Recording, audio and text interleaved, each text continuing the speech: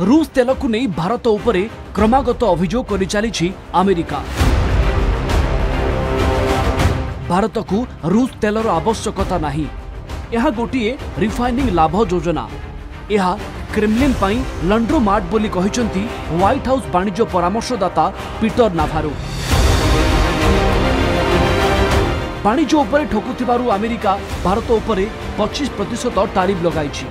रूस ठारू तेल किणुथिबारु अतिरिक्त 25% tariff लगाइछि।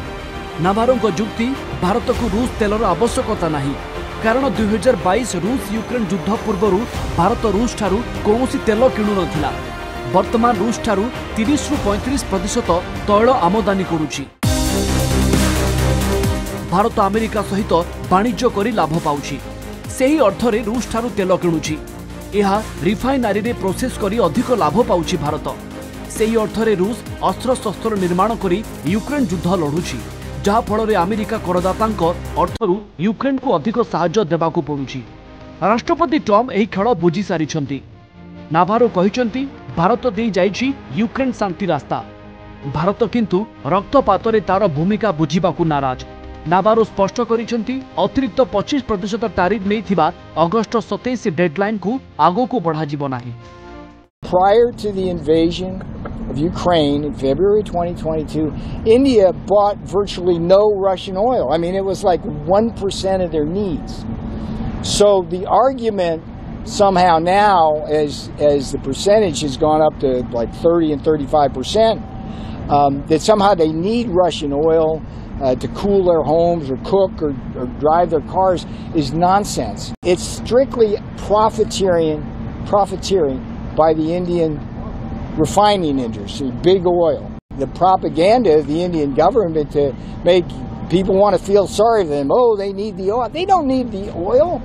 It's a refining profiteering scheme. It's a laundromat for the Kremlin. That's the reality. सेपटे रूस वैदेशिक मंत्री सहित बसी अमेरिका को जवाब देइछंती भारतीय वैदेशिक मंत्री S Jaishankar.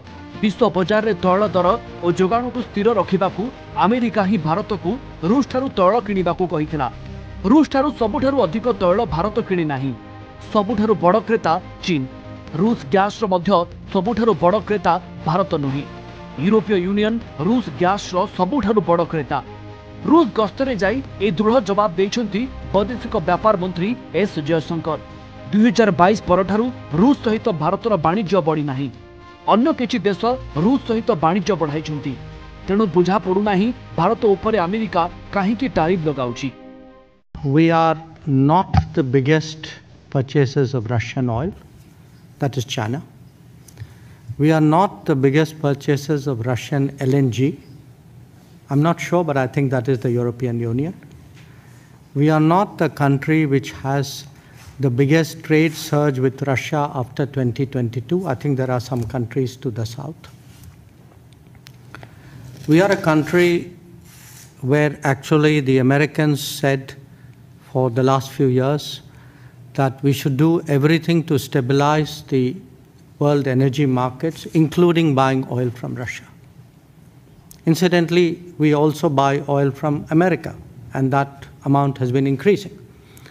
So, quite honestly, we are very perplexed at the logic of the argument that you had referred to.